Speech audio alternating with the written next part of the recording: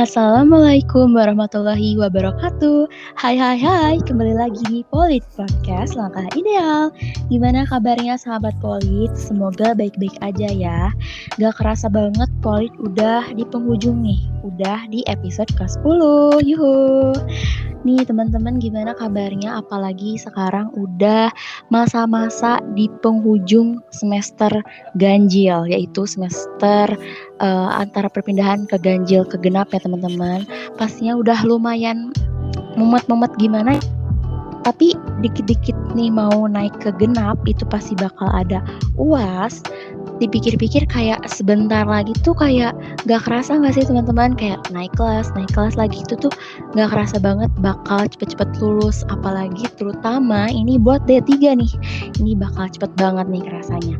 Ngomongin tentang bentar lagi lulus, ini kira-kira nih kayak bertanya-tanya gak sih teman-teman sahabat Polit, kayak masa depan tuh kerja di mana atau lanjut kemana ya nih aku sebenarnya. Terus kayak aku pengennya nih bidang apa sih nih di kimia. Pasti banyak banget nih pertanyaan-pertanyaan yang pastinya muncul banget di pendengar Polit. Nah karena itu di Polit kembali hadir nih teman-teman, pastinya bawa informasi-informasi yang pastinya menambah wawasan banget nih, dan juga menjawab pertanyaan-pertanyaan dari sahabat Polit kayak gitu. Nah kira-kira nih tadi udah sempet dibahas UAS, bentar lagi UAS, naik semester, naik kelas, masa depan. Kira-kira ada yang tahu gak sih sebenarnya kita episode 10 ini bakal bahas apa sih? Nah tanpa berlama-lama lagi, kita akan membahas podcast kali ini yang judulnya Perbedaan Dunia Kerja versus Dunia Kerja. Wih, nih teman-teman podcast Polit pasti penasaran banget nih. Nah, tanpa sebelum mulai nih teman-teman, aku mau memperkenalkan diri dulu nih. Udah lama kan gak dengerin suara aku? Yap, bener banget. Aku kembali lagi dengan podcaster kita kali ini, yaitu aku sendiri, Rahmatia dari kelas 2A Analis Kimia. Nah, tanpa aku juga gak sendiri kali ini, aku ditemenin sama dua narasumber yang cantik-cantik nih. Coba dari mana ya narasumber kita kali ini? Boleh dong aku panggilin narasumbernya. Mangga, narasumber boleh memperkenalkan diri. Oke, halo semuanya. Kenalin nama aku Sheila. Aku dari angkatan 2019 D3 Teknik Kimia. Halo semuanya. Halo Teh Sheila. Halo teman-teman semua, kenalin nama aku Rizky Aulia Rahmaniar. Cuman waktu pas di kampus sih aku lebih sering dipanggil Aul. Aku dari angkatan 2018 dari Prodi D4 Teknik Kimia Produksi Bersih. Salam kenal semuanya. Salam kenal Teh Aul dan Teh Sheila. Gimana nih Teh Aul sama Teh Sheila, pada sehat nggak? Alhamdulillah sehat. Alhamdulillah, semoga sehat-sehat terus ya Teh Sheila dan Teh Aul. Gimana nih dengar-dengar judulnya?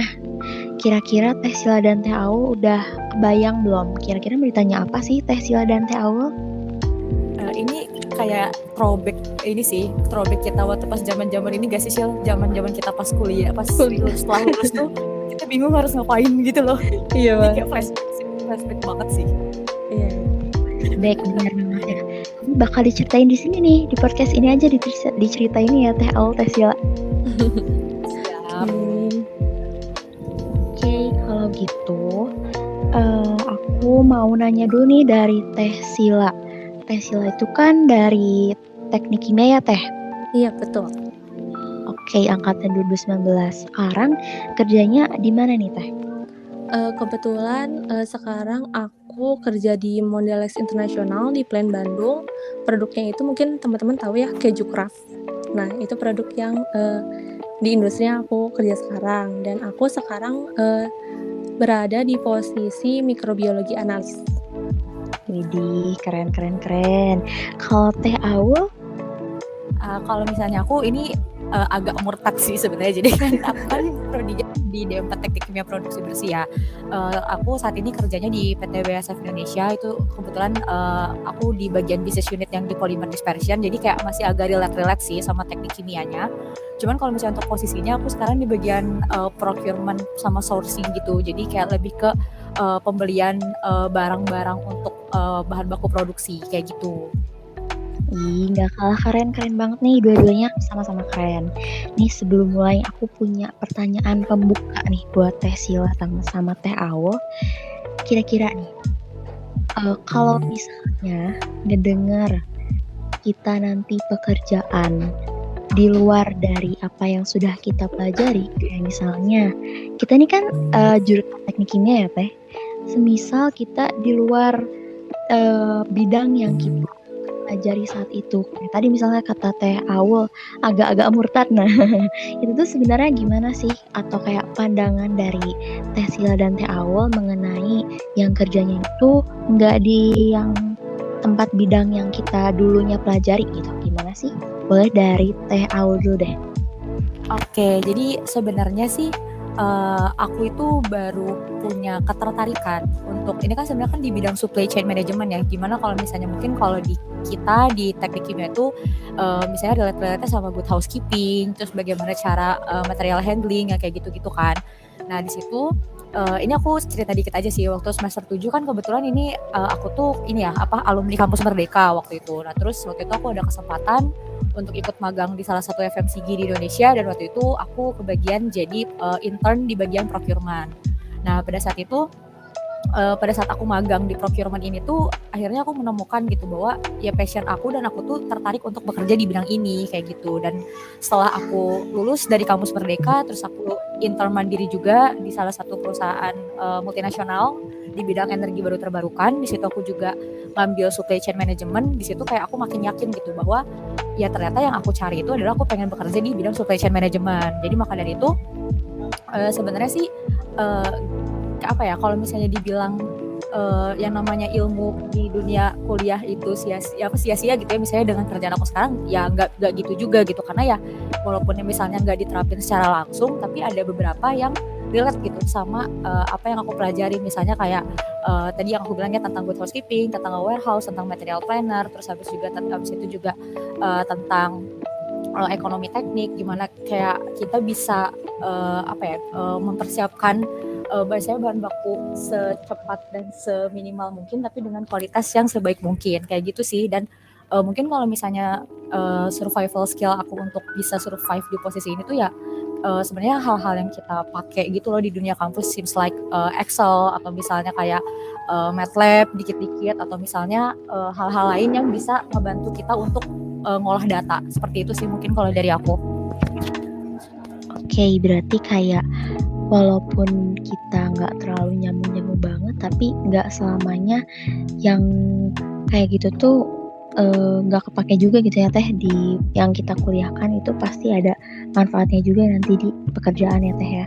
Ya betul, pasti ada relate-nya lah gitu, walaupun nggak keseluruhan ya gitu. Oke, kalau dari Teh Sila gimana nih Teh Sila? Sebenarnya mungkin dari aku juga kurang lebih sama ya sama Teh Awal. Cuman mungkin aku nambahin dikit, pernah dengar mungkin ya kayak teknik kimia tuh katanya prospek kerjanya itu luas, dan menurut aku itu benar banget luas, karena kita tuh mempelajari banyak hal gitu.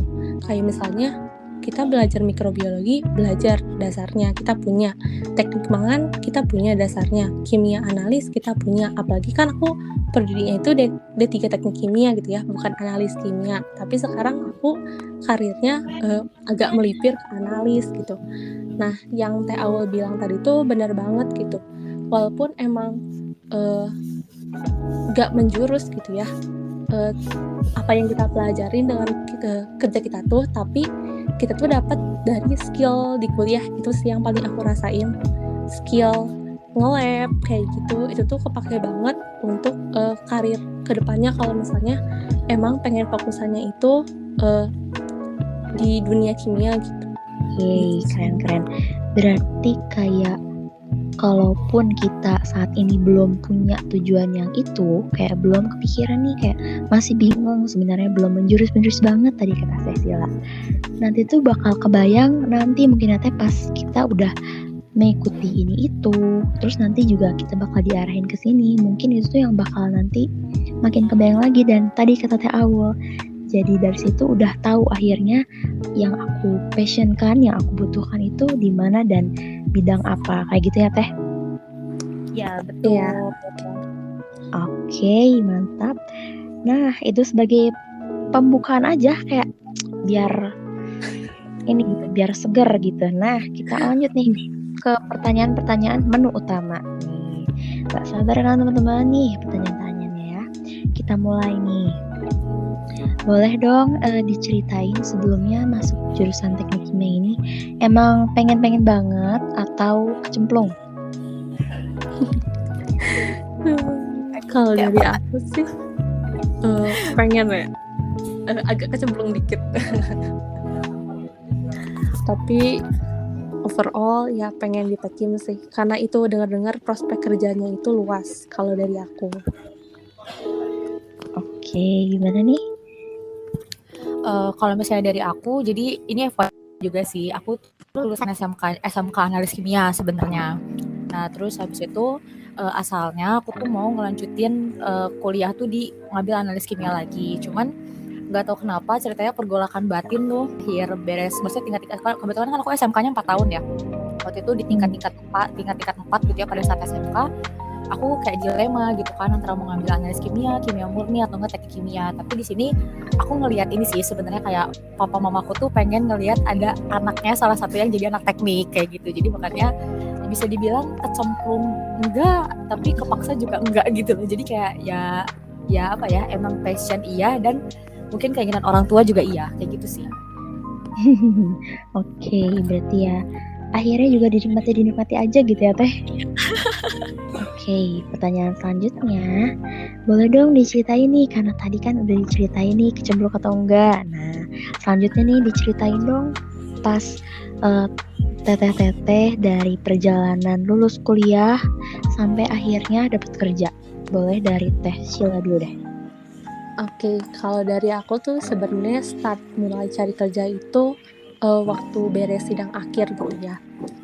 Mungkin kan teman-teman yang lain udah pada tahu gitu, kalau misalnya kita dinyatakan lulus di sidang akhir, kita tuh dapat SKL atau surat keterangan lulus yang bisa kita pakai untuk pengganti ijazah ketika lamar kerja.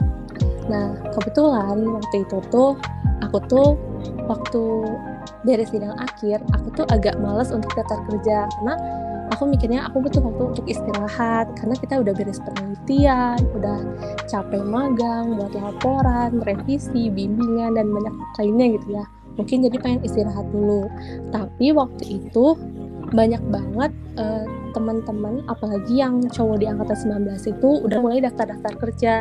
Nah akhirnya aku tuh mulai kepicu gitu untuk cari-cari lowongan kerja juga. Banyak sih untuk lowongan kerja itu, aku mulai cari-cari dari akun-akun di Instagram tentang lowongan kerja, atau misalnya di LinkedIn, atau bahkan sampai di web-web aku cari sendiri di Google tuh, aku itu lakuin gitu. Nah tapi sebelum aku daftar kerja, aku tuh cari tahu dulu diri aku tuh sebenarnya pengen kerjanya tuh di industri apa sih, passionnya apa sih, kayak gitu. Nah setelah dilihat-lihat, ternyata aku tuh orangnya kerjanya sebenarnya nggak mau capek gitu, nggak mau di tempat yang berat kayak misalnya pertambangan. Akhirnya aku milih aku pengen kerja di analis ataupun R&D. Terus habis itu aku cari tahu nih, aku tuh tertariknya industri apa, aku tuh sukanya apa, kayak gitu. Jadi ada 2 hal yang aku suka, itu tuh makanan, sama satu lagi tuh make up. Nah mulai dari situ aku tuh mulai cari-cari tuh info loker mengenai 2 industri yang aku tertarik ini.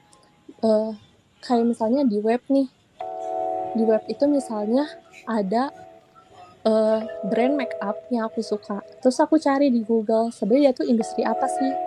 Nah di Indonesia enggak, kayak gitu. Terus habis itu nanti aku buka webnya, apa dia buka info loker, kayak gitu-gitu. Nah aku daftar. Nah kebetulan aku tuh dapat info loker Mondelez ini tuh dari webnya waktu itu.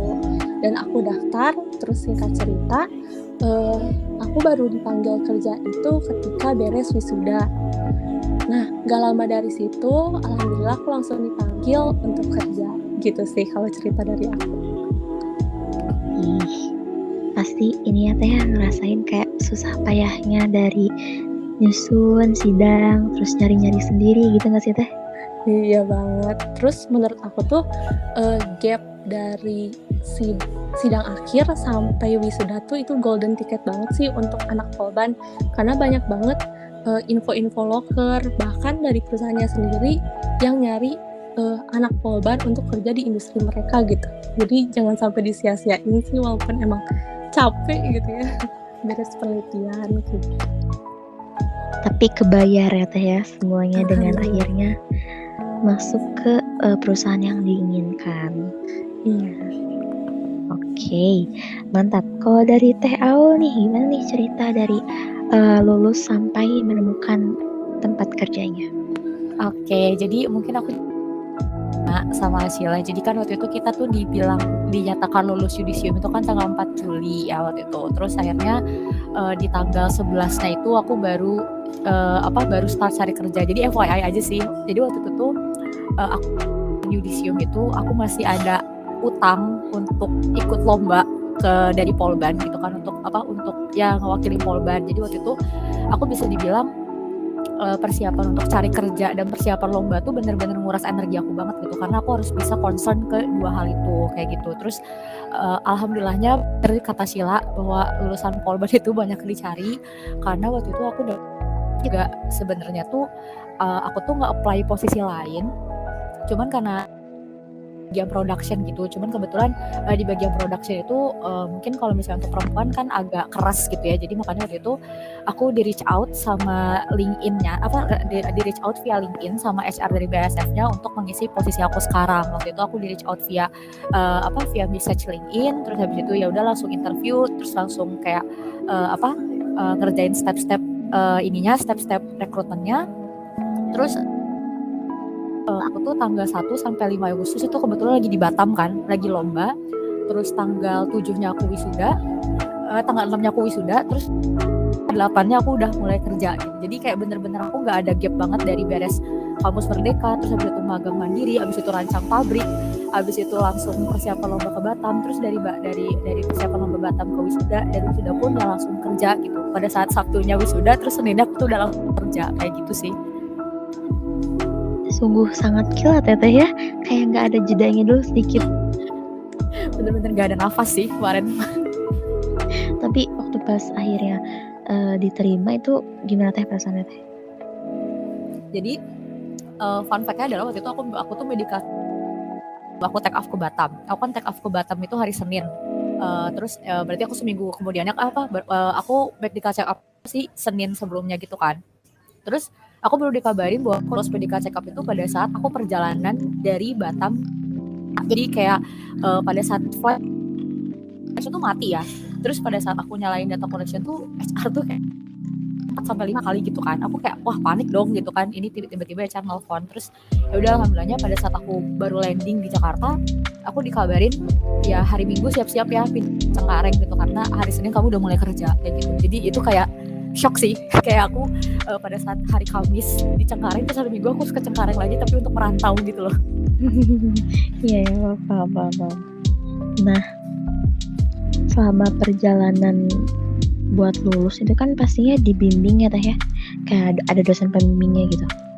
Nah, kalau di kuliah itu sebelum kita menyusun segala macamnya, itu dosen pembimbing tuh sebagai apanya dan kita bakal dibimbingnya tuh segimana, dan kalau misalnya kita nggak ngerti tuh gimana sih teh buat nyiapin nanti pas sidang? Boleh Teh Aul deh. Oke, kalau misalnya buat di TKPB itu kita ada beberapa, maksudnya kayak tugas akhir tuh bukan akhir dari segalanya gitu kan. Kita masih ada rancang pabrik waktu itu. Nah, mungkin di sini aku bakal ceritanya di tugas akhir aja kali ya. Jadi kan kalau misalnya di tugas akhir aku kemarin tuh kebetulan tuh ya keberadaan pembimbing tuh sangat solutif lah gitu untuk aku mengerjakan tugas akhir aku kayak gitu kan. Dan pada saat itu aku menemukan beberapa kesulitan, dan waktu itu juga kebetulan aku lagi sering WFO ke Cikampek ya waktu pas aku lagi kampus Merdeka. Jadi alhamdulillahnya tuh pembimbing aku tuh bisa dibilang tuh kayak memfasilitasi aku gitu kan tugas akhir, tapi di sisi lain juga aku tidak meninggalkan kewajiban aku sebagai mahasiswa intern kampus Merdeka kayak gitu. Jadi bisa dibilang tuh kayak peran pembimbing tuh sangat impactful lah gitu buat aku kemarin pada saat mengerjakan tugas akhir. Kayak gitu sih mungkin dari aku. Oke, kalau dari Teh Sila? Kalau dari aku sih kebetulan waktu tugas akhir itu aku emang ikut project dari pembimbing aku gitu.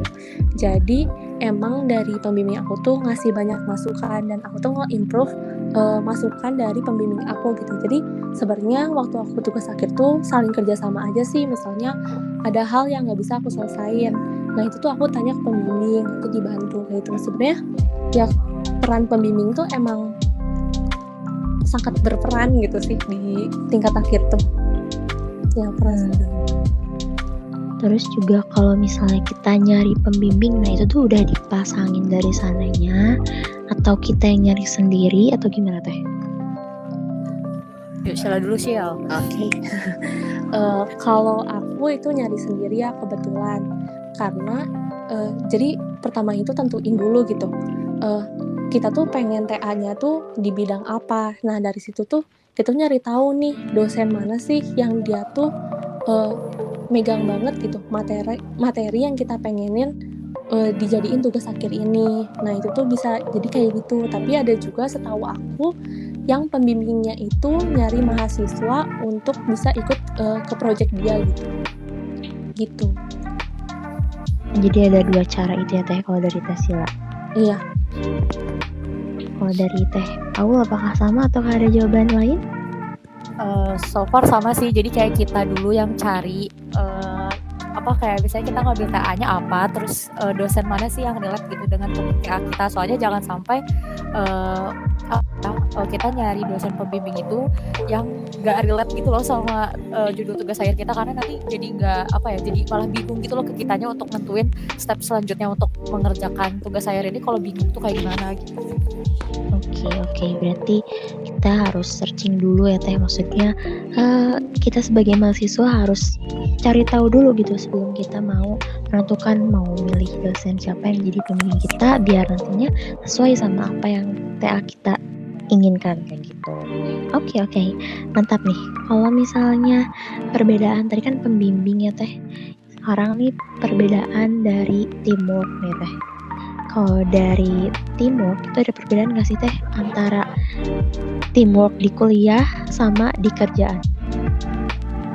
Dari Teh Sila deh. Dari aku ya, sebenarnya perbedaan itu pasti ada gitu ya antara kuliah dan kerja. Tapi yang paling aku rasain itu ada dua sih. Yang pertama itu dari karakteristik orang-orang di lingkungan kerja. Itu tuh beda banget sama di kuliah gitu. Kita butuh kerjasama dengan orang-orang dengan berbagai karakter, dengan perbedaan umur yang jauh gitu. Nah itu tuh emang harus dilatih sih menurut aku, nggak bisa instan. Terus kita tuh harus bisa adaptasi dengan di lingkungan itu gitu kerjasamanya. Terus yang kedua itu menurut aku kalau misalnya kerjasama tim di dunia kerja itu tanggung jawabnya itu lebih besar sih menurut aku, karena apa yang kita kerjakan itu akan berpengaruh ke departemen lain gitu. Kalau misalnya kinerja kita lama, kita nantiin, itu tuh akan berpengaruh juga ke kinerja departemen lain kayak gitu sih kalau dari.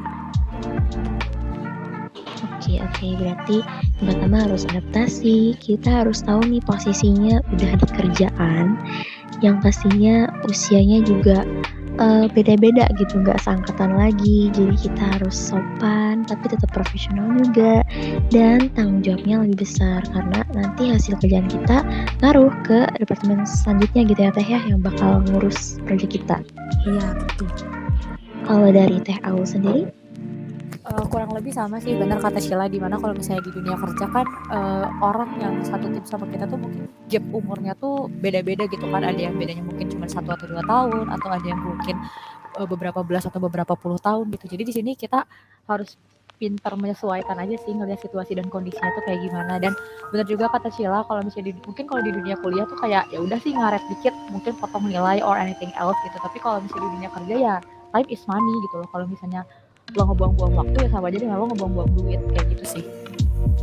Jadi kayak bener-bener kehidupan aslinya tuh di sini gitu ya Teh ya.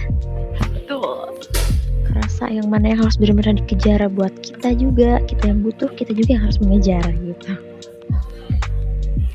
Oke, pertanyaan selanjutnya, perbedaan nih antara di kuliah dan kerja. Kan kalau misalnya di kuliah tuh kan dosen tuh suka banget sama mahasiswa-mahasiswa yang aktif, yang kalau misalnya ada pertanyaan tuh dia nanya, atau kalau misalnya dosen nanya dia jawab gitu. Nah kalau misalnya di pekerjaan itu tuh biasanya kayak gimana Teh? Pimpinan tuh melihat pegawainya itu seperti apa, atau misalnya yang bekerja tuh seperti apa sih timnya tuh? Boleh deh dari aku dulu ya.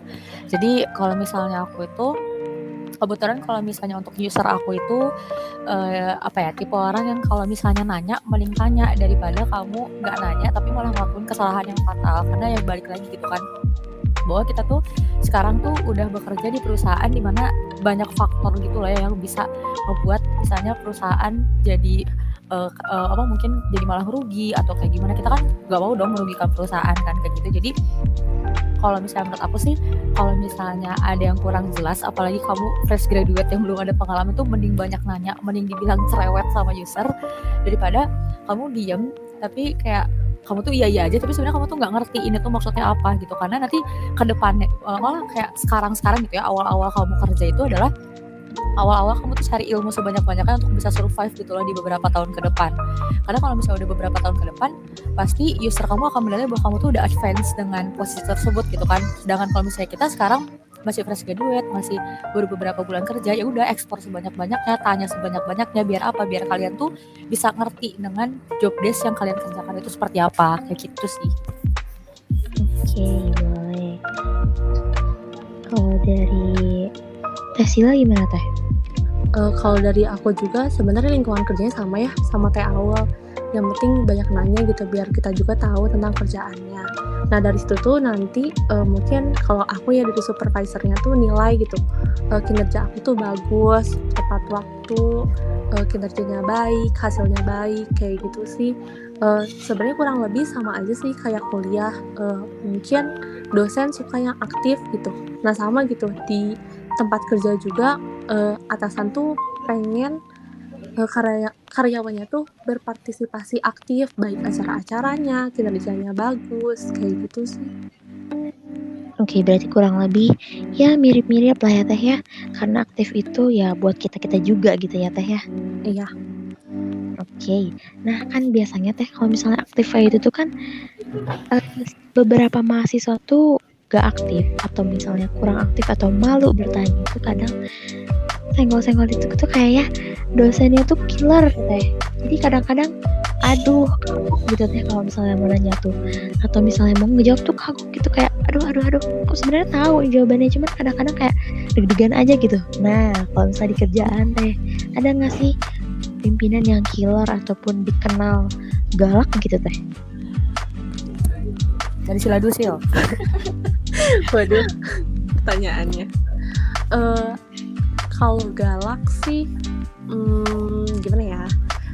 Disebut galak ya enggak, cuman emang manajer kayak atasan di aku tuh tegas gitu orangnya, dan dia tuh termasuk orang yang perfeksionis.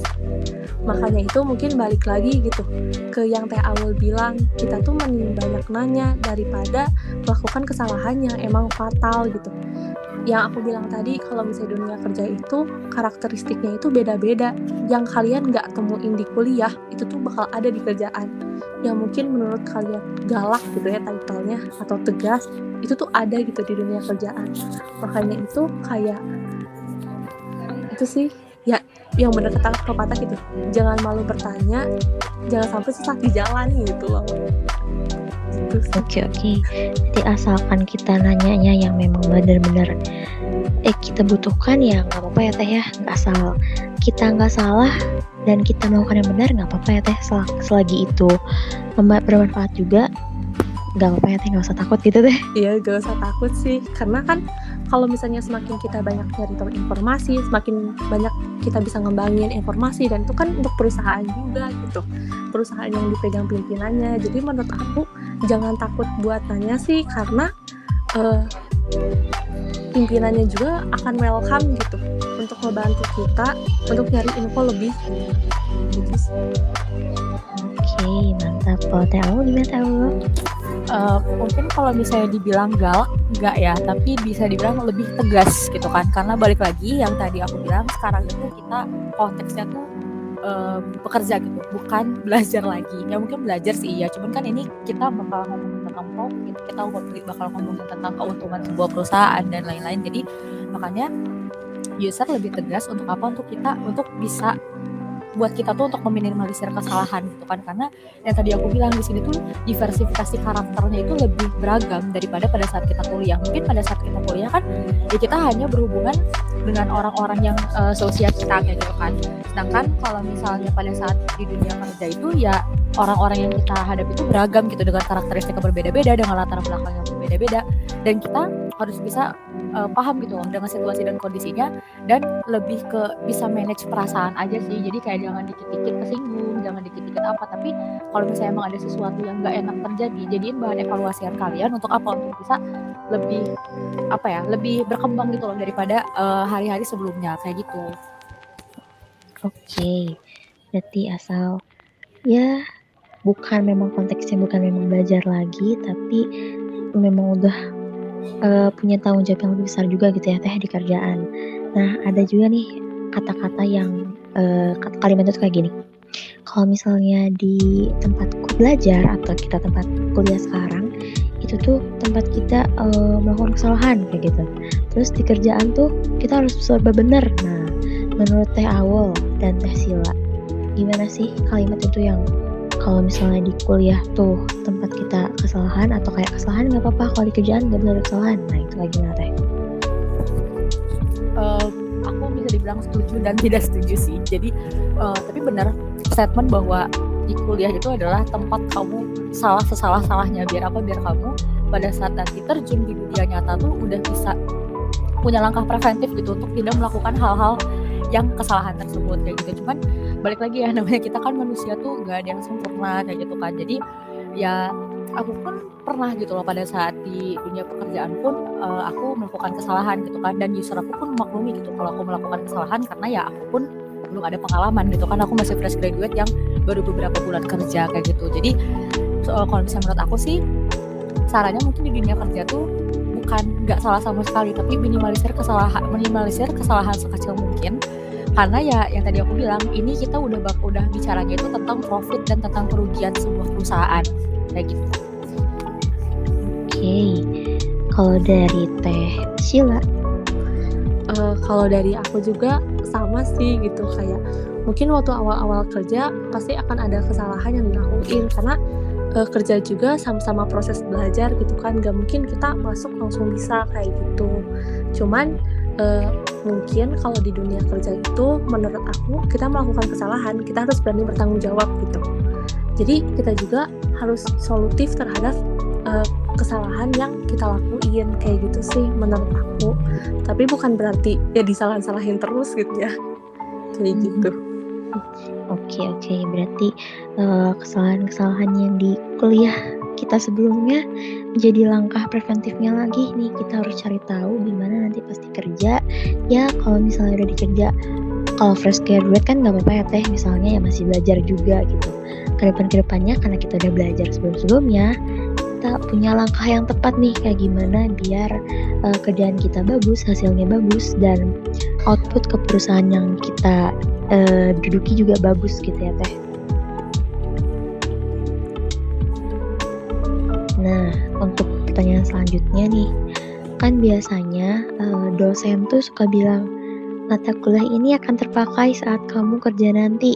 Nah, dari beberapa mata kuliah yang Teteh ampu selama ini, yang mana nih Teh yang paling benar-benar kepake di dunia kerja nih? Kayak dulu kan kadang kalau misalnya dikasih materi, aduh kita kadang suka ngeluh nih Teh. duh ngapain sih belajar materi tentang ini, emangnya bakal kepakainya di mana gitu. Nah, ini udah kerasa nih Teh sama Teh Au sama Teh Sila, bener nggak yang kayak gitu? Terus misalnya ada materi itu tuh yang benar-benar kepake yang mana gitu Teh? Dari TAU. Oke.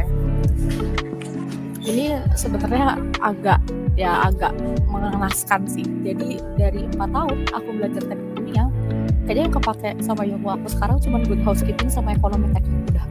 Sisanya nggak ada yang aku pakai. Apalagi ekonomi teknik sih. Jadi kan aku bilang ya, sekarang kan aku terjunnya tuh di bidang sourcing gitu kan, di bidang pengadaan barang dan pengadaan bahan baku. Jadi di situ aku benar-benar kayak ngitung. Ini mungkin kalau bisa buat teman-teman teknik kimia mungkin ngerti ya, ekonomi teknik kayak kita ingat dulu waktu pas kita kuliah belajar ekonomi teknik itu kita ngitung depresiasi. Terus kita ngitung juga kayak misalnya penyewaan barang 3 tahun, 5 tahun, 10 tahun itu lebih efisien yang mana. Nah itu kerjaan aku sekarang gitu. Jadi kayak aku ngitungin kira-kira misalnya aku mau beli sebuah forklift misalnya nih. Nah forklift itu nanti tugas aku adalah menghitung lebih baik forkliftnya itu beli atau forkliftnya nyewa pun nyewa 6 bulan, 1 tahun, 2 tahun atau berapa tahun gitu. Nah itu kerjaan aku sekarang gitu loh. Jadi udah ilmu teknik kimianya malah udah kayak nyaris gak ada gitu loh, lebih banyak ekonomi tekniknya gitu. Kayak gitu sih. Tapi perlu digarisbawahi juga ya Teh ya, apapun ilmu yang kita pelajari, apapun yang kita kembangkan, ataupun yang kita ya dulunya kita belajar ini nih, itu tuh gak ada yang sia-sia ya Teh ya. Pasti apapun itu buat wawasan kita, buat pengetahuan kita, itu pasti bakal bermanfaat ya Teh ya. Betul sekali. Jadi jangan apapun nanti pekerjaannya. Iya betul. Untuk hal-hal baru deh gitu. Iya, jadi ya walaupun ini ya hitung tambah wawasan aja gitu ya Teh ya. Betul sekali. Kalau dari Teh Sila sendiri gimana Teh? Oke, kalau dari aku mungkin yang paling kerasa itu lebih dari skillnya sih, skill nge-lab, karena mungkin di sini aku berkarirnya di mikrobiologi analis gitu. Jadi skill nge-lab yang aku dapetin di kuliah tuh ya diterapin di karir aku sekarang kayak gitu. Mungkin yang ngebedainnya itu dulu kan kalau di teknik kimia itu mikrobiologi itu bukan jadi fokusan utama gitu ya, kita cuman belajar dasarnya aja. Nah tetap sih, jadi ketika masuk kerja itu ya aku mempelajari hal yang baru juga gitu, tapi yang paling kepake itu ya skillnya sih yang ngerasain tuh. Oke, berarti kalau dari Teh Sila di sisi lain pelajaran-pelajaran tapi yang kepake skillnya, bener, karena kita ya teknik gitu ya, misalnya nge-lab aja terus, jadi akhirnya itu dikasah gitu ya Teh ya. Iya banget. Oke, mantap. Pertanyaan selanjutnya nih, indikator penilaian di dunia kerja itu seperti apa? Kan kita tahu juga ya di kuliah itu dianggap mahasiswa yang berprestasi itu di saat IPK kita tinggi dan aktif berorganisasi. Nah, kalau di dunia kerja itu seperti apa sih? Dari Teh Sila dulu deh. Oke, kalau dari aku tuh indikator penilaiannya itu yang pertama ada absen. Nah, absen tuh dilihat banget, apalagi untuk karyawan-karyawan kayak aku gitu ya. Terus selain absen, dilihat dari kinerjanya juga, baik nggak kinerja aku, cepet nggak, tepat waktu nggak. Terus dilihat dari hasil kinerja aku tuh, misalnya nih, aku tuh kerjanya itu sebenarnya ngecekin mikrobiologi di produk yang dihasilin. Nah itu tuh masuk spek atau enggak, kayak gitu-gitu, boleh dirilis atau enggak. Nah itu tuh dilihat gitu dari hasil kinerja aku tuh bagus nggak, banyak produk yang di hold nggak, atau misalnya ternyata semua produknya itu boleh dirilis kayak gitu. Terus apalagi ya, ya sejauh itu kinerjanya sih yang paling dilihat itu menurut aku. Dan di aku tuh kebetulan sebenarnya aku juga baru ya, cuman aku banyak nanya karyawan yang dulu, katanya kalau di tempat kerja aku tuh ada sistem rapotnya gitu. Jadi tiap akhir tahun tuh nanti ada penilaian pekerjaan yang udah dilakuin selama bekerja di sana kayak gitu. Oke, berarti itu rapot termasuk ide yang lumayan juga ya Teh, karena ya dengan rapot itu kan diharapkan Jadi kinerja kita juga makin nambah karena kita udah lihat nih rapot kita, oh ternyata kita segini nih, kurangnya mungkin di sini. Terus lihat teman kita yang lebih tinggi mungkin jadinya kepacu lagi gitu ya Teh ya, biar kinerja yang kedepannya semakin baik lagi. Iya. Oke, kalau dari Teh Au gimana Teh Au? Oke, jadi kalau misalnya di kampus kan kita punya namanya indeks prestasi kumulatif. Kalau di tempat kerja kita punya namanya KPI atau Key Performance Indicator. Jadi kayak sama-sama IPK KPI, jadi kayak tinggal dibalik-balik gitu loh. Jadi benar tadi kata Cila bahwa nanti tuh pada saat di dunia kerja tuh everyone have their own KPI gitu loh. Semua orang tuh pasti bakal punya KPI-nya masing-masing. So that's why kalian jangan pernah nge-compare diri kalian dengan teman kerja kalian nantinya, karena ya semua orang tuh punya KPI dan punya responsibility-nya masing-masing kayak gitu. Dan KPI aku sama KPI teman aku pun even satu departemen tuh bakal beda kayak gitu. Nah terus mungkin kalau misalnya Sheila itu punya namanya rapot bulanan, sedangkan kalau misalnya aku ini karena kebetulan aku yang tadi aku bilang ya, aku kadang suka controlling budget yang gitu-gitu, aku biasanya penilaian tiap bulannya itu adalah monthly report, di mana monthly report ini merupakan presentasi aku terkait cost controlling di bulan ini tuh apakah berhasil atau enggak kayak gitu. Oke, berarti kurang lebih sama ya Teh ya. Absen enggak ini ya, enggak jauh beda dari kuliah. Absen pasti aja ada terus absen. Kinerjanya kita gimana, terus hasil pekerjaan rapot kita juga bahkan ada nih. Oke, mantap. Selanjutnya nih, tadi kan mungkin udah terjawab ya Teh, beberapa perbedaan dunia kuliah versus dunia kerja nih. Tapi aku mau nanya nih ke Teteh, hal yang emang terlihat paling kontras banget perbedaannya di dunia kerja versus dunia kerja selain dapat uang. Nah, apa Teh? Dari siapa Mulai dulu? dari Teh. Enggak mau dari Sheila dulu deh. Waduh, dilempar. Oke. Kalau aku nih ya, yang paling aku rasain banget itu tuh lingkungan kerjanya. Itu tuh beda banget antara kuliah dan lingkungan kerja gitu. Aku tuh jujur ya, ketika masuk kerja tuh agak shock dengan lingkungannya. Oh ternyata kerja tuh kayak gini ya. Kayak kasarnya tuh, misalnya di posisi aku tuh orang lagi lari nih, karena kerjaannya banyak. Dan ketika aku masuk, aku disuruh ngejar orang lagi lari. Belum lagi aku harus adaptasi dengan orang-orang yang belum aku kenal gitu. Di industri itu kan banyak banget ya orang-orang yang perlu kita kenal. Nah itu tuh agak kewalahan sih sebenarnya aku. Makanya itu lingkungan kerja tuh benar-benar apa ya, sebisa mungkin ketika nyari kerja tuh cari yang nyaman, yang sesuai sama diri kita gitu. Lingkungan kerja tuh benar-benar ngaruh banget sih kalian tuh betah di situ atau enggak tuh dari lingkungan kerja. Itu sih lingkungan kerja, terus karakteristik orang-orang di tempat kerjanya, itu sih yang paling aku rasain tuh. Oke, berarti itu culture shocknya juga pasti baru lagi gitu ya Teh ya. Yang biasanya kita di mahasiswa sama ya nyantai ya, ada asa semua juga sama gitu ya Teh ya, ada mahasiswa semua ternyata di kerjaannya kayak gini gitu. Ya, Oke, gitu. Dari Teh Alu gimana Teh? Oke, jadi mungkin kalau misalnya jawaban aku sih so far sama ya kayak Sheila. Jadi kan gimana kalau misalnya di dunia kerja itu kita akan masuk lagi ke lingkungan yang baru, dan jujur aku pun pertama kali masuk kerja gitu ya, aku ngeliat kayak wow, it's totally different gitu loh dengan aku pada saat kuliah, dimana pada saat kerja tuh ya latar belakang orang tuh benar-benar beda-beda. Terus mungkin pada saat aku kuliah aku ngerasa kayak oh ya udah, aku udah ngerti nih tentang hal ini, aku udah tahu nih tentang hal ini, aku udah achieve beberapa hal yang mungkin teman-teman di kampus aku tuh belum bisa gitu untuk achieve itu. Tapi saat di dunia kerja tuh bener-bener definisi kayak aku tuh gak ada apa-apanya gitu dibandingkan orang lain. Di saat orang lain udah punya ini, ya aku tuh masih seorang fresh graduate yang belum punya pengalaman apa-apa, dan kayak ya kita tuh kayak istilahnya tuh nggak boleh jago kandang gitu loh. Jangan sampai kita tuh nggak punya survival skill untuk kita bisa survive di dunia kerja kayak gitu sih. Oke. Jadi kata Teh Alu, kita nggak tahu apa-apa pas ke dunia kerja nih. Jadi tahu sendiri tipsnya biar tahu nggak ngerasa kayak gitu gimana Teh? Jadi kalau misalnya tadi aku bilang ya, jangan sampai kita tuh membatasi diri kita untuk yang namanya eksplor hal baru.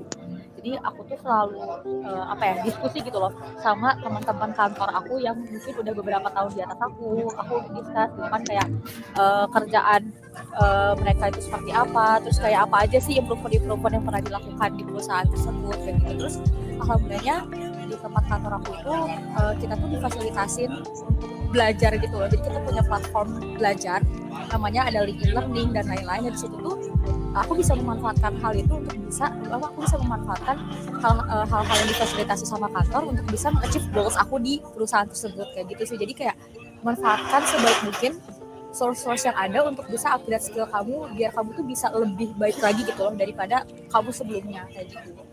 Oke. Itu ngomong-ngomong e-learning mirip e-learning Polban dong ya Teh? Bukan, jadi itu kayak semacam jadi perusahaan aku tuh kerja sama LinkedIn, terus kita punya namanya platform LinkedIn Learning. Jadi itu tuh benar-benar kayak course tapi free, dibiayai sama perusahaan dan kita tuh bisa pilih apa aja yang mau kita pelajari gitu loh. Oh iya paham. Membantu banget untuk aku bisa ngasah soft skill aku yang baru. Oke, berarti walaupun awalnya tadi ngerasa aduh ternyata kayak gini kita baru semenelnya banget gitu, kayak kita nggak tahu apa-apa, tapi kita harus wake up gitu. Ini udah bukan zamannya kita harus seperti itu gitu. Kita harus tetap cari explore lebih jauh lagi gitu ya Teh ya. Jangan merasa ketinggalan, tapi ya kita harus nyari juga gitu ya Teh. Nah iya betul, jadi jangan sampai kayak di dunia kerja tuh jangan sampai kita kayak maunya disuapin terus gitu, tapi kita harus bisa survive untuk cari makan sendiri. Biar kita tuh gak ketinggalan sama orang lain. Masa orang lain bisa cari makan sendiri sedangkan kita mau disuapin, dan kita malah tidak bisa bertahan hidup dong kayak gitu. Oke. Jangan mau disuapin tuh teman-teman. Kita semakin dewasa pasti ada nih kata-kata kalau dari SD ke SMP terus ke SMA nanti gak akan disuapin dosen, nanti gak akan disuapin ternyata kerja juga sama ya Teh. Jangan disuapin karena sekarang kita harus yang mencari sesuap nasi gitu ya teman-teman. Betul sekali. Oke, nah tadi udah nih Teh Aul. Tadi ada perkataan Teh Sila. Itu yang kontras itu adalah lingkungan kerja, yaitu shocknya gitu ya, gimana cara kita kultur yang baru, lingkungan baru, teman-teman baru, dan yang lainnya baru. Terus ada juga nih perkataan bahwa kita harus nyari yang nyaman atau betah. Nah, ini pertanyaannya gimana nih kalau misalnya kita tuh kerjaannya itu kita udah dapat tempat kerja tapi kita nggak nyaman, ataupun kan ada niatnya ya yang kerjanya tuh pindah-pindah dari sini, aku nggak ngerasa nyaman nih di sini, akhirnya pindah lagi, terus nggak nyaman lagi, pindah lagi. Nah itu gimana nih menurut pendapat dari Teh Sila dan Teh Aul? Boleh dari Teh Sila dulu. Oke. Kalau dari aku tuh kayak gini sih, mungkin balik lagi dilihat dari ke awalnya gitu. Sebelum mulai daftar lamar kerja, jangan sampai kalian daftar kerja tuh karena ngerasa gak mau kalah aja, atau ngerasa kayak kok orang-orang udah dapet kerja nih sedangkan aku tuh belum. Jadi kalian tuh daftar kerja tuh membabi buta kemana-mana gitu. Nah saran dari aku sih mungkin sebelum daftar kerja gitu, kalian coba lihat dulu passion kalian tuh apa yang aku bilang tadi. Terus kalian cari nih kira-kira industri yang sesuai dengan kepribadian kalian, dengan passion kalian tuh industri apa. Terus kalian cari tahu nih lingkungan kerjanya sebelum daftar di sana. Misalkan tanya ke alumni, atau misalnya ketika lagi interview, biasanya kan HR tuh suka nanya ya, ada pertanyaan gak nih yang mau ditanyain ke dia gitu. Nah tanya aja gitu, lingkungan kerja di industri tersebut tuh kayak gimana sih, kenapa nyaman kerja di sana kayak gitu. Nah itu tuh menurut aku langkah preventif sih untuk melihat apakah kita tuh akan betah kerja di sana atau enggak gitu. Jangan sampai nanti akhirnya tuh banyak pindah-pindah, ya mungkin itu bagian dari nyari pengalaman kali ya, gitu sih menurut aku. Oke, bener banget ya. Jadi sebelum memulai sesuatu kita harus lebih dalam. Tadi kata Cila, asal daftar, asal gempal nih, aduh sini udah kita belum lagi terima, nggak tahu gimana isinya, gimana dalamnya sebenarnya kita nggak tahu akankah betah nih kita di sini, dan akhirnya karena tadi asal-asalan tadi waste time gitu, jadinya akhirnya pindah-pindah dari sini. Kita tadi salah langkah tadi nggak perlu tidak search dulu lebih dalam kayak gitu. Kalau misalnya dari awal Ya benar sih tadi kata Sheila. Jadi kayak apa ya, kan ini juga sebenarnya kan aku sekarang bekerja itu kan murtad gitu ya dari teknik kimia, dan bisa dibilang butuh keyakinan sangat besar gitu loh untuk aku bisa yakin di posisi ini. Jadi benar yang kata Sheila bilang bahwa kita sebelum apply ke posisi itu atau misalnya kita apply ke sebuah perusahaan, kita harus research dulu nih gitu. Kira-kira posisi ini tuh sesuai nggak sih dengan minat dan bakat aku, sesuai nggak sih pengen aku achieve ke depannya seperti apa. Terus kalau misalnya udah kayak gitu, coba research terkait perusahaannya, kira-kira perusahaannya bona fide nggak sih, bisa nggak sih aku tuh punya karir path yang jelas gitu loh untuk bisa bekerja di sini. Jadi jangan sampai kita tuh ya mungkin bisa dibilangnya kayak kerja tuh cuma asal kerja gitu loh, tapi kita harus melihat gitu loh ke depannya tuh kita mau kayak gimana sih, ke depannya kita tuh punya goals apa sih. Jangan sampai kita cuma bisa mengikuti kayak mengikuti arus aja gitu loh mau kemana kayak gitu. Jadi yang penting seenggaknya kita punya fondasi deh di diri kita tuh, kita maunya apa dan kita ingin memproyeksikan kita ke depannya tuh seperti apa kayak gitu.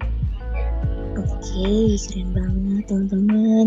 Nih berarti ya perlu diingat-ingat nih buat teman-teman sekarang ya mulai memikirkan masa depan gitu ya, bukan memikirkan masa depan dengan si doi aja, tapi masa depan karir kita perlu diperhatikan juga gitu, bahwa langkah awalnya tuh kita harus punya fondasi. Tadi kata Teh Aul, kita harus tahu goals kita tuh sebenarnya di mana dan apa yang kita sebenarnya butuhkan dan inginkan gitu.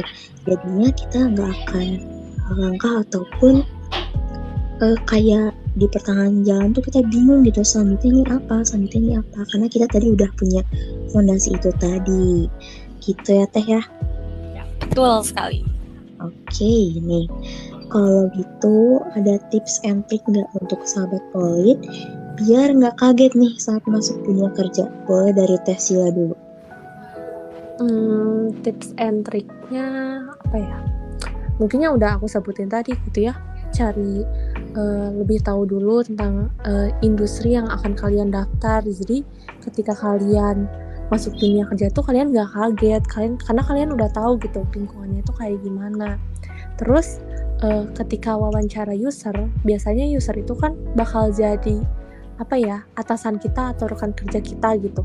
Nah kalian tuh ketika interview jangan sampai apa ya, ngerasa kalian aja yang ngebutuhin mereka gitu untuk dapat kerja, tapi mereka juga ngebutuhin kita. Jadi itu tuh kayak ngelihat kita tuh klop nggak sih sebenarnya sama user yang interview kita ini tuh, kayak gitu sih. Kalau misalnya emang ternyata nggak klop ketika wawancara, ya bisa jadi itu menjadi faktor yang kalian nggak betah kayak gitu. Tapi sebisa mungkin apa ya bisa beradaptasi dengan berbagai karakter sih kalau dari aku, karena itu akan mempermudah banget masuk di dunia kerja gitu.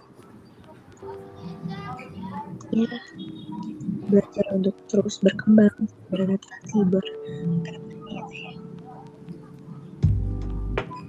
Kalau dari Teh Aul gimana nih Teh Aul? Mungkin tips and triknya aku akan bilang bahwa please kalian manfaatkan waktu sebaik mungkin mumpung kalian masih muda untuk research, untuk bisa tahu ke depannya tuh kalian pengen jadi apa.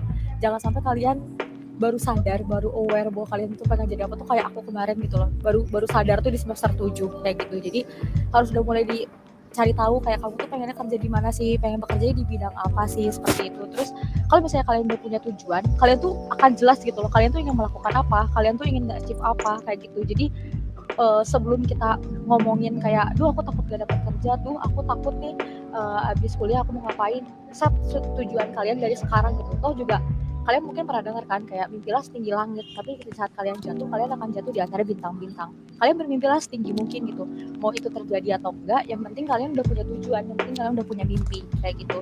Terus yang kedua, please jangan pernah membatasi diri kalian untuk mempelajari hal-hal baru selama itu baik, karena kita nggak pernah tahu ke depannya itu kita akan survive dengan skill yang mana, kita akan survive dengan lingkungan seperti apa. Jadi selagi kita masih muda tuh mungkin kalian pernah dengar ya kata-katanya Steve Jobs, stay hungry, stay foolish untuk namanya sebuah ilmu, karena nggak ada yang namanya ilmu yang sia-sia untuk kita pelajari kayak gitu. Terus mungkin yang terakhir lebih ke ini aja sih, lebih ke apa ya, jangan terlalu FOMO, fear of missing out tentang masa depan. Jalanin aja dulu setiap prosesnya. Kalian boleh mikirin tentang masa depan, kalian boleh untuk berpikir ke depannya seperti apa, tapi please live in the present and make it beautiful. Jadi jangan sampai kalian jadi malah nggak enjoy dengan apa yang kalian jalani sekarang, apalagi dunia perkuliahan, karena jujur aku pun sekarang lagi kangen banget sama yang namanya kuliah.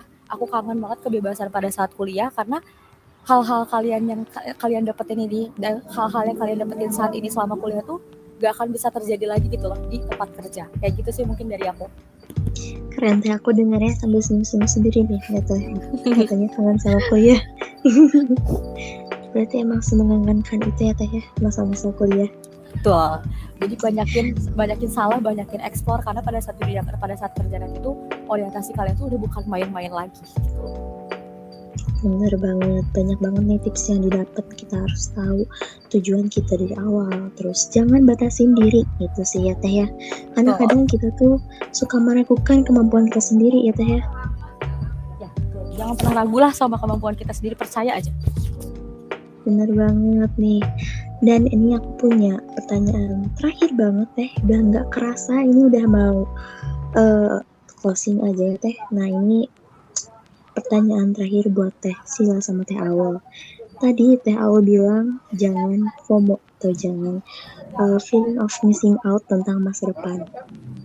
Ini aku pengen kayak dikasih kalimat penenang dong Teh, kayak ngebayanginnya kan lumayan panjang dan lumayan gimana ya, kadang ada gitu Teh rasa kayak gitu, terutama aku yang masih tingkat 2 gitu.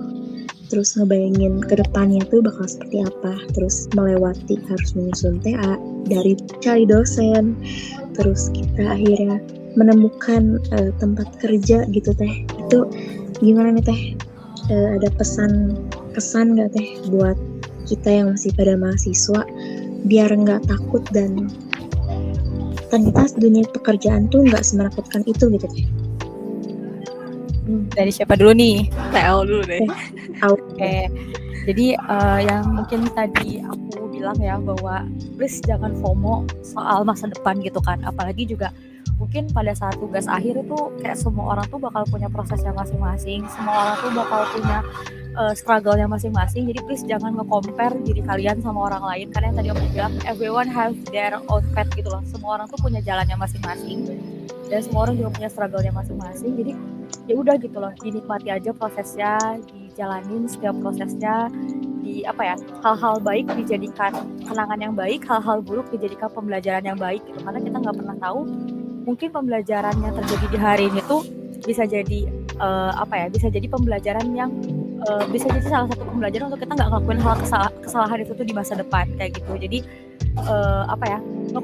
kalau misalnya, kalau aku pribadi sih ya, kalau hal paling terbaik untuk ngebandingin diri kita adalah dengan membandingkan diri kita yang sekarang dengan diri kita yang kemarin. Jangan sampai dengan orang lain, jangan sampai dengan kita tuh ngebandingin diri kita sama orang lain, karena semua orang tuh punya starting point-nya masing-masing gitu. Keren. Kalau dari Teh Sila gimana Teh? Ada, aku jadi bingung mau ngomong apa. Setuju sih sama yang Teh Awal, mungkin ya semua yang kita lakuin itu, semua hal yang sedang dijalani itu enjoy aja gitu, karena itu tuh bagian dari proses belajar gitu. Itu sih mungkin yang aku bisa bilang gitu. Oke, mantap. Berarti ya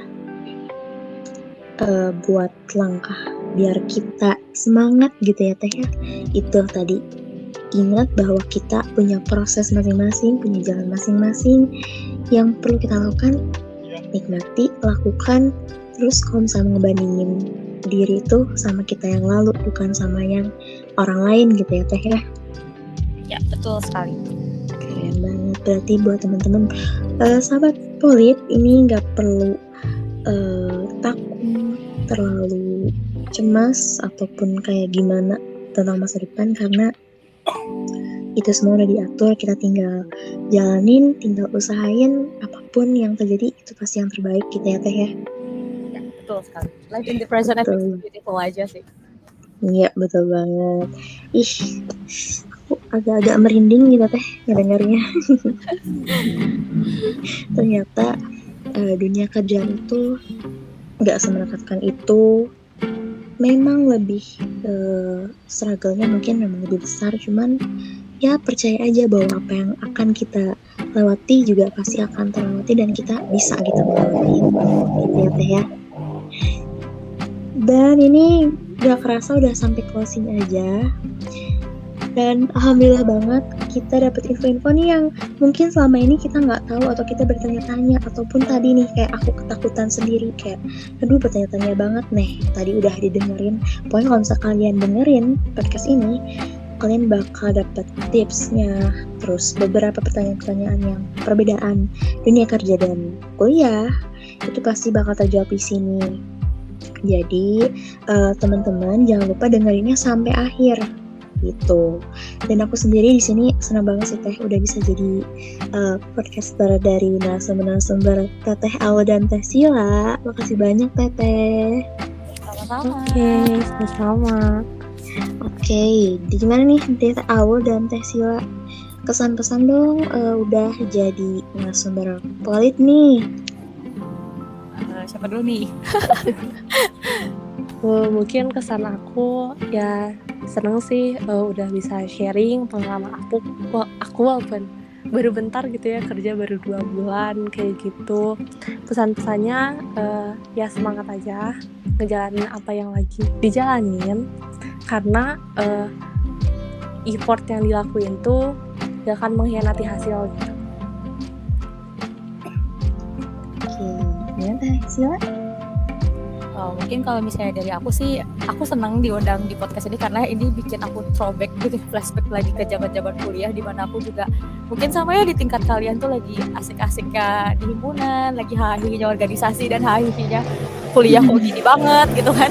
Jadi kayak ini bisa jadi stress relief aku sih gitu kan, untuk mengingat lagi gimana pada saat aku kuliah kayak gitu. Mungkin pesannya sih buat adik-adik yang akan mendengar ini adalah ya tetap semangat, tetap berusaha sebaik mungkin untuk bisa mempersiapkan ke depannya seperti apa, karena ya yang terjadi hari ini, yang terjadi kemarin juga itu tuh merupakan salah satu unsur penentu kalian ke depannya akan seperti apa.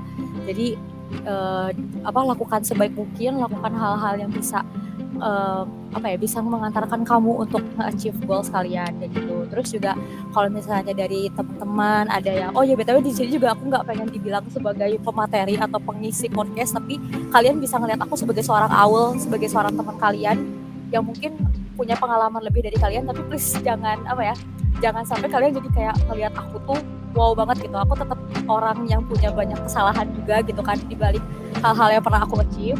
Dan kalau misalnya ada sesuatu yang pengen ditanyakan, didiskusikan atau kurang jelas, kayak feel free untuk reach out aku lewat LinkedIn, lewat Instagram, or sosmed-sosmed aku yang lain, karena aku senang untuk diskusi berbagai macam hal, terutama ke adik-adik himpunan aku, seperti itu. Oke, makasih Teh Aul dan Teh Sila. Ini aku nggak bosan-bosan ngucapin makasih sebanyak-banyaknya ya, udah mau meluangkan waktu, udah berbagi pengalaman dan pengetahuan. Semoga pengetahuannya pastinya bakal bermanfaat banget buat kita adik-adik tingkatnya yang masih kuliah nih dan juga semoga Teteh sehat selalu ya Teh ya, karena sekarang katanya lagi banyak yang sakit. Semoga Teteh Aul dan Teh Sila sehat-sehat dan juga sukses terus Teh di kerjaannya sekarang. Amin. Amin. Oke. Karena kerasa juga ya ini udah berakhir. Kalau misalnya ada pertanyaan, boleh nih ya Teh ya, boleh dihubungin ke Teh Sila atau Teh Aul, boleh nggak Teh? Boleh banget. Oke, nanti dicantumin deh nama IG-nya biar pada nge-DM. Oke, mungkin selebihnya kayak gitu ya teman-teman.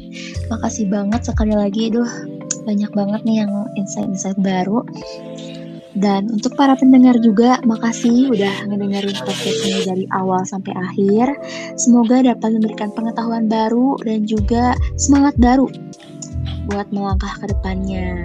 Oke, aku Rahmatia, podcaster kita kali ini. Pamit undur diri dan jangan lupa ikutin terus Polit dan tunggu episode selanjutnya. Sekian dulu Polit kali ini. Assalamualaikum warahmatullahi wabarakatuh. See ya teman-teman semua.